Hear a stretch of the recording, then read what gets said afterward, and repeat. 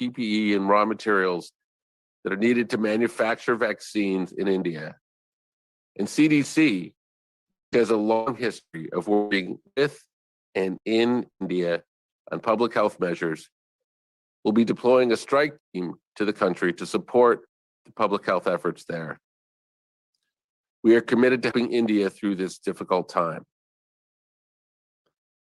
In addition, yesterday we announced that given the strong portfolio of approved, highly effective and safe vaccines here in the United States, we're looking at the options to share AstraZeneca vaccines with other countries as they become available. This should amount to around 60 million doses or so over the next 2 months. The AstraZeneca vaccine is highly safe and effective and approved in many parts of the world. And since it is not approved for use in the US, we do not need to use the AstraZeneca vaccine here during the next few months. We have sufficient supply of vaccines from Pfizer, Moderna, and Johnson & Johnson to accommodate our needs in the US. In closing, before I hand it over to Dr. Walensky, vaccines are now broadly available, accessible, and are located within 5 miles of 90% of Americans. If you are 16 or above and have not been vaccinated, the scenes around the world should help convince you that now is the time. Your risk from being unvaccinated is too high. Please make an appointment today. And with that, I will turn it to Dr. Walensky. Thank you and good afternoon, and I'm so glad to be back with you all again today. Let's begin with an overview of the data. Yesterday, CDC reported over 34,600 cases of COVID-19.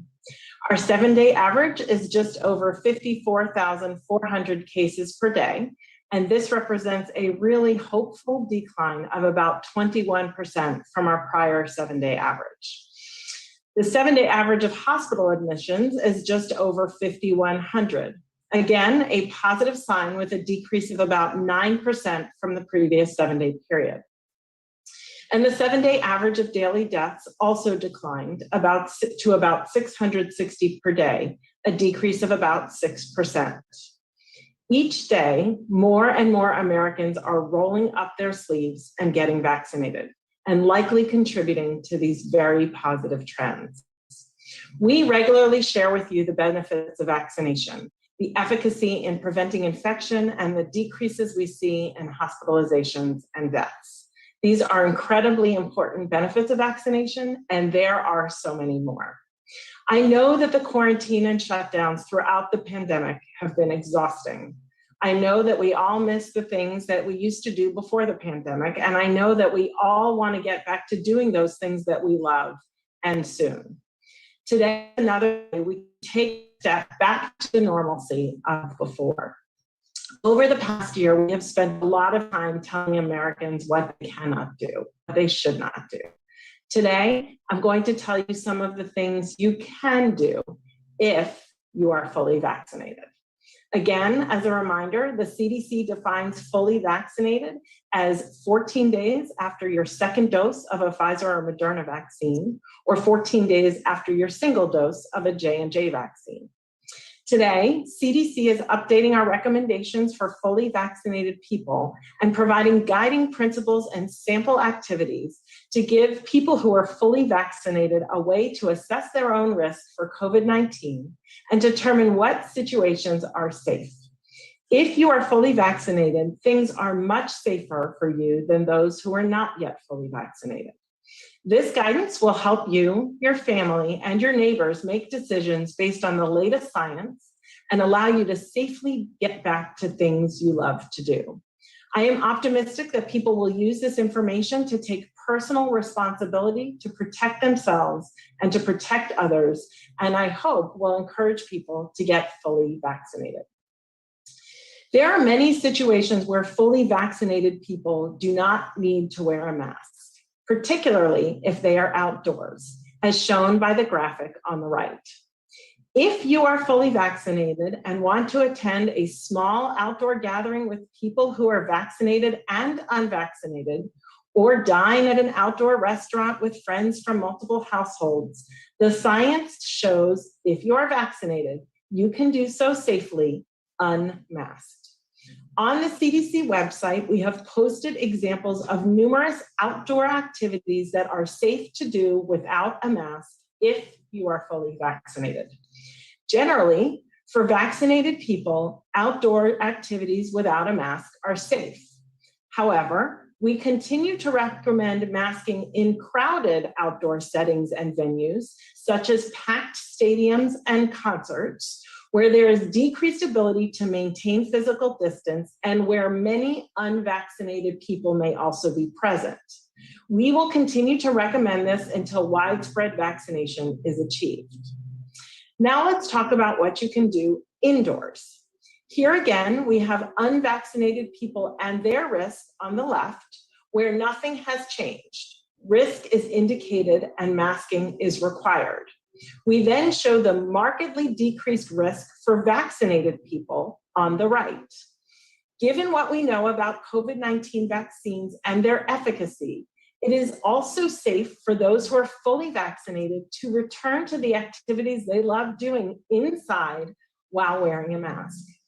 The guiding principles we released today and the illustrative examples compare the safety of several activities if you are vaccinated or not, and the difference is clear. As we gather more and more data on the real-world efficacy of vaccines, we know that masked, fully vaccinated people can safely attend worship services inside, go to an indoor restaurant or bar, and even participate in an indoor exercise class. Although these vaccines are extremely effective, we know that the virus spreads very well indoors. Until more people are vaccinated, and while we still have more than 50,000 cases a day, mask use indoors will provide extra protection. The examples today show that when you are fully vaccinated, you can return to many activities safely, and most of them outdoors and unmasked, and begin to get back to normal. And the more people who are vaccinated, the more steps we can take towards spending time with people we love doing the things we love to enjoy. I hope this message is encouraging for you. It shows just how powerful these vaccines are in our efforts to end this pandemic and why we are asking everyone to roll up their sleeves and get vaccinated. The science is clear. The COVID-19 vaccines have been through many transparent, rigorous processes that continue to prove they are safe and effective. If you haven't already, please get vaccinated. In some communities, you can find walk-up venues who have advanced appointments or where appointments aren't even necessary. To see more details about what we released today, including the evidence and science behind these recommendations, and to learn more about the activities you can safely do when you are fully vaccinated, please go to cdc.gov. Thank you, and I'll now turn things over to Dr. Fauci. Thank you very much, Dr. Walensky. I'd like to spend just the next couple of minutes talking about the subject of variants and the role of vaccination in protecting against variants. Can I have the first slide, please? So we're going to look at evidence from clinical trials, and when they're not available, from laboratory studies, as well as real-world experience to indicate the degree of protection against variants of interest or concern. Next slide. Here is a list, very familiar to you, of a number of the variants that are in play throughout the world and in the United States. Next slide. So let's go quickly through them and make one or two comments to inform where we are. First, the B.1.1.7, the original UK variant, which now has assumed the dominance in the United States. Next slide. It is very clear now that this particular variant is covered very well by the mRNA vaccines, as well as by the AstraZeneca, Novavax, and others, as shown by data from Israel on the right, in which the dominant 117 predominates there. And as you can see, as the vaccine doses increase, the cases come down. Similarly, in the United Kingdom, using other vaccines, you see the same situation. This is good news since this is the dominant variant. Next slide.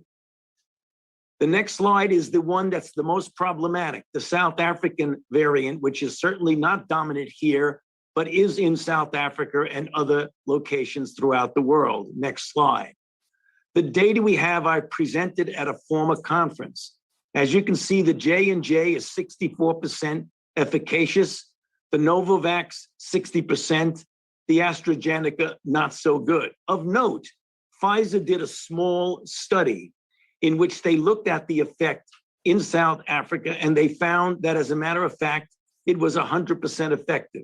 The caveat here is still a very small study. But note the J&J, that even though it was 64% effective in South African study, there were virtually no deaths or hospitalizations. So although the efficacy went down for moderate disease, there was good protection against serious disease. Next slide. Then we have the P1, the one that is right now ravaging Brazil. Next slide. We know from studies now that there's variable protection in real world effectiveness, namely things that were not done necessarily in a clinical trial. In Brazil, it was 50% effective after a single dose. They went on to a second dose, and that stayed at approximately 50%. This was under the condition where 75% of the cases were P1. Rather similar results from Chile, a little bit better, with 67% effective versus symptomatic disease 14 days after the second dose. Next slide. Now returning to the United States, the California variant 429, 427. Next slide. Here we have mostly in vitro data. And by in vitro data, we mean we take the antibodies that are induced by vaccines, in this case mRNA, and we determine their ability to neutralize the given variant in the test tube. And as you can see, there's a slight to modest loss here of about 2 to 3-fold. This is not likely going to be relevant from a clinical standpoint, since there's a considerable cushion in the antibodies induced by this vaccine. Next slide. And then we have the 526, which was originally the New York and spreading in certain areas in the New York City metropolitan area. Next slide. Here too, we rely on in vitro data with a moderate loss, about 3 to 5 times of neutralizing activity from the mRNA. Again, this is still within the cushion that you would see protected, since the antibodies induced by this vaccine are considerably high. And then finally, next slide, we have the troublesome India 617. Next slide. Now, this is something where we're still gaining data on a daily basis, but the most recent data was looking at convalescent sera of COVID-19 cases and people who received the vaccine used in India, the Covaxin, and it was found to neutralize the 617 variant. So despite the real difficulty that we're seeing in India, vaccination could be a very, very important antidote against this. So I'll stop there with the final statement. The one thing you can gather from everything I've said, that it's very important to get vaccinated. So as Dr. Walensky said, even when you're talking about variants, indoors, outdoors, get vaccinated and you will certainly have a degree of protection. I'll hand it back to you, Andy. Thank you. Okay, let's go to questions. Thanks, Andy. And I know a lot of people have questions today, so please keep your question to one question. Let's go to Aaron Billups at Spectrum News. Hi, thanks for taking my question.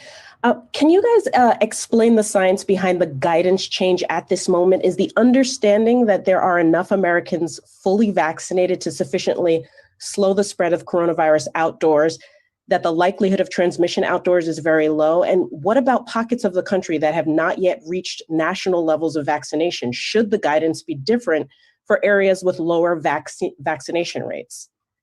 Dr. Walensky. Thank you. There's increasing data that suggests that most of transmission is happening indoors rather than outdoors. Less than 10% of documented transmission in many studies have occurred outdoors. We also know that there's almost a 20-fold increased risk of transmission in the indoor setting and the outdoor setting. That, coupled with the fact that we now have 37% of people over the age of 18 fully vaccinated, and the fact that our case rates are now starting to come down, motivated our change in guidance. As noted, this is the third time we've changed our guidance for fully vaccinated people. And as more people get vaccinated and as case rates continue to come down, we will come up with further updates. Next question. Caitlin Collins, CNN. Thank you very much. My question, given this new guidance, should states that have outdoor mask requirements change those to reflect this new guidance? Is that your advice for those states and those governors? What we're saying is states that have mask requirements outdoors, if people are vaccinated, we no longer feel that the vaccinated people require masks outdoors. So to the extent that those are consistent, I do want to sort of convey this outdoor large public venues such as concerts, stadiums, and things like that. And a lot of that is the inability to distinguish between vaccinated and unvaccinated, and to say that in those settings, when you have that density, we really do worry about protecting the unvaccinated people. Next question. Ariel Hart at the Atlanta Journal-Constitution.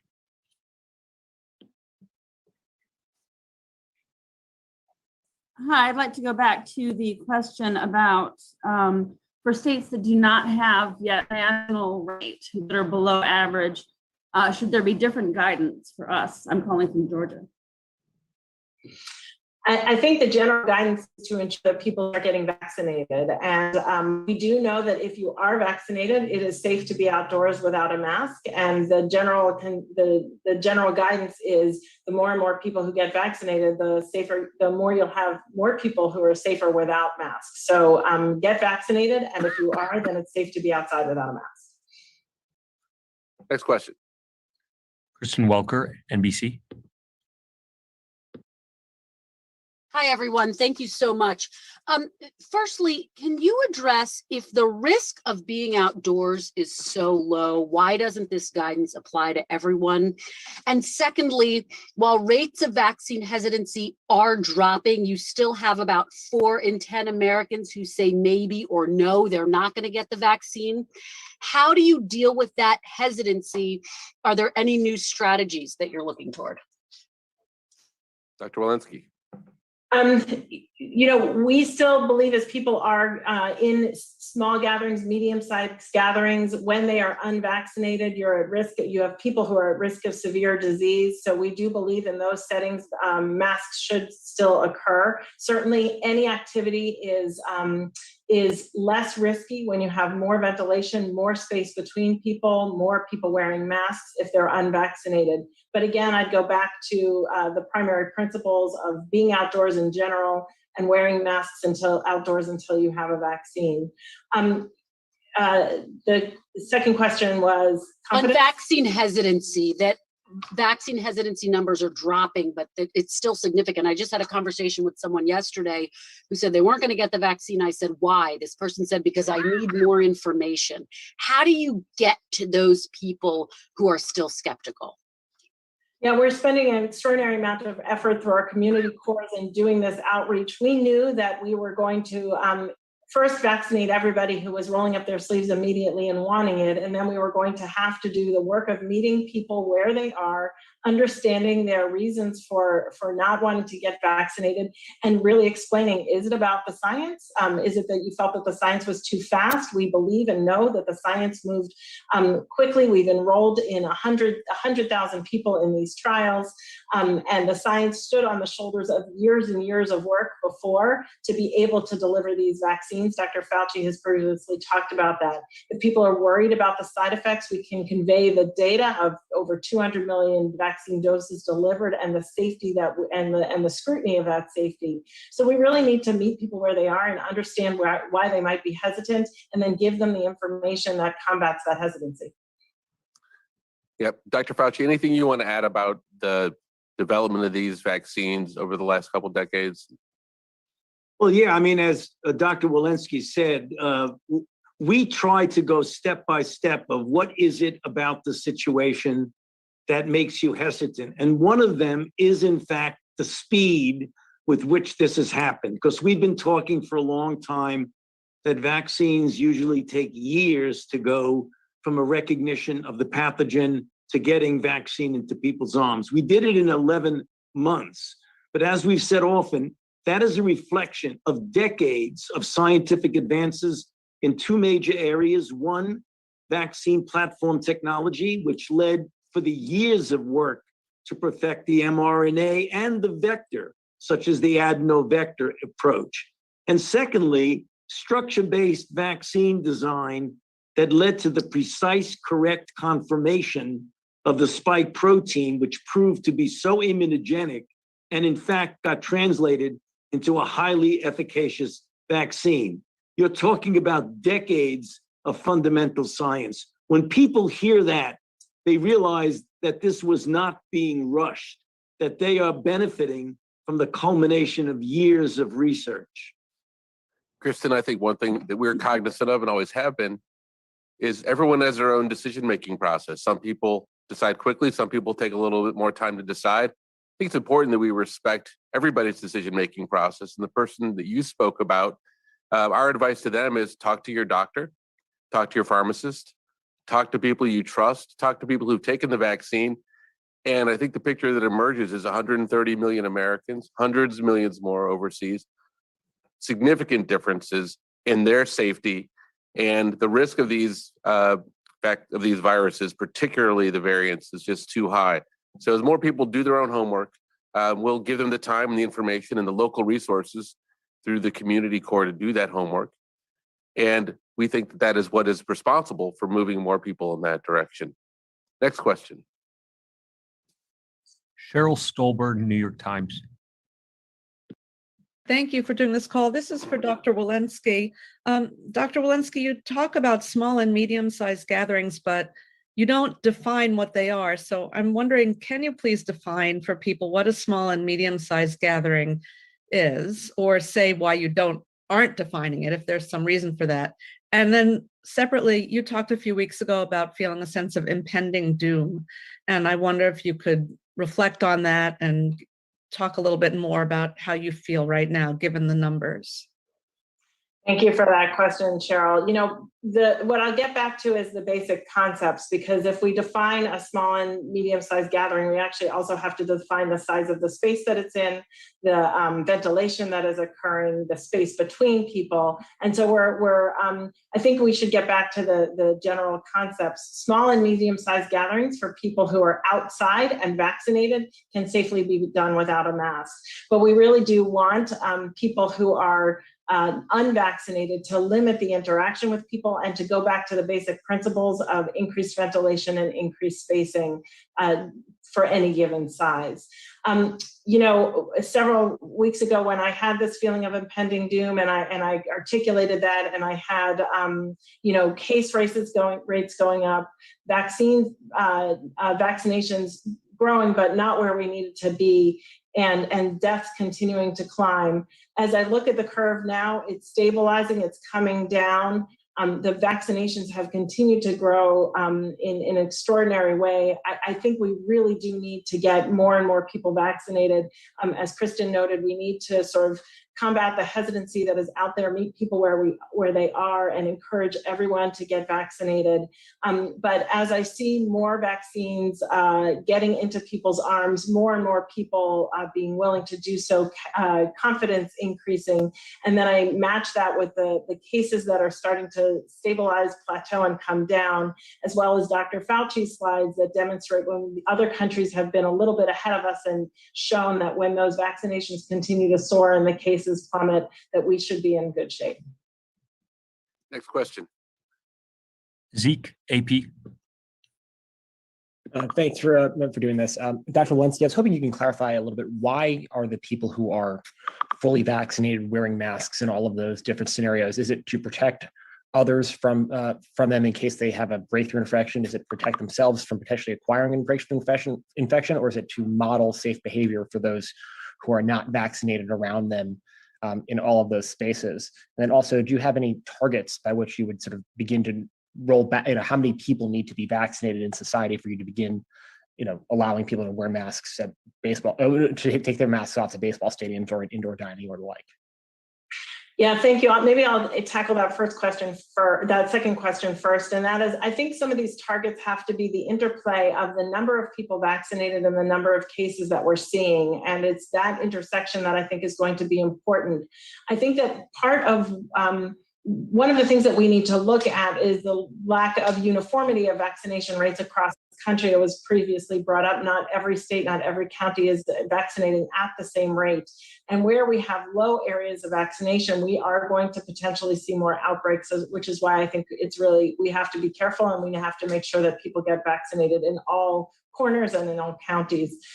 With regard to why people who are vaccinated are wearing masks indoors, I think what we really need to convey here is we still have 50,000 cases a day. We do believe that vaccinated people are much safer when they're wearing those masks indoors, as indicated by the green on the right side of that graphic.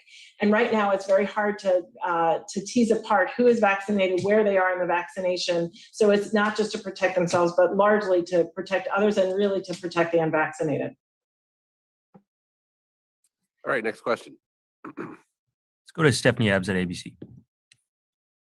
Thank you. I wanted to ask about a different topic, actually. The reports that the Pentagon is tracking 14 cases of heart inflammation or myocarditis among service members and families, people who were vaccinated through the military healthcare system. Can you tell us any more about those cases and what CDC knows, or maybe what Dr. Fauci can tell us about any potential relationship to vaccination?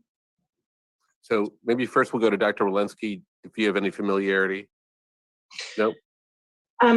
Yeah, I'm aware of those reports. I don't necessarily want to comment on what the DOD is doing and investigating in their own investigations. What I will say is we've delivered over 200 million doses of vaccine, of these vaccines. And after hearing about these reports, we again looked back in our vaccine safety data, and we had not seen any reports of those. Those have since been reported to us, and so those investigations are ongoing.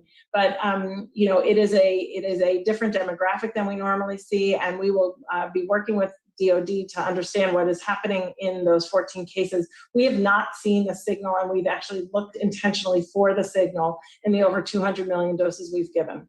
So not enough data yet, early. Okay, next question. All right, we got time for one more question. Let's go to Anjali Kimlani at Yahoo. Thank you so much. Really quickly, can you walk us through the timeline of the aid being sent to India, specifically first on the ventilators and protective gear and oxygen, and then secondly on the vaccine doses, when you anticipate those will be sent out? Yeah, I mean, we're beginning to move immediately. I can't give you the exact timing on each of those pieces, but we're in constant contact with the Indian government and the Indian health authorities. As I think I mentioned earlier, we have a CDC team that's headed over to India to help coordinate this response. In terms of vaccines, as I mentioned earlier, we are in a position now where we can foresee that we will not be using the AstraZeneca doses that we expect to come online. I want to be clear that none of those doses are yet made available based upon FDA inspection. So once that's done, as soon as that happens, we will have 10 million doses available. Those will be distributed globally. And then we expect over the next couple of months, another 50 million. This is, of course, in addition to many of the strategies that Dr. Fauci, myself, Jeff, and others have talked about for supplying the globe with additional vaccines and additional vaccination efforts through COVAX. And finally, I think you may be aware that we are making sure that we are locating some of the raw materials necessary to create more vaccines in India, which I think is going to be an important help there. So with that, I'm going to bring this to a close. Thank you for all your questions, and we'll be here doing this briefing again on Friday.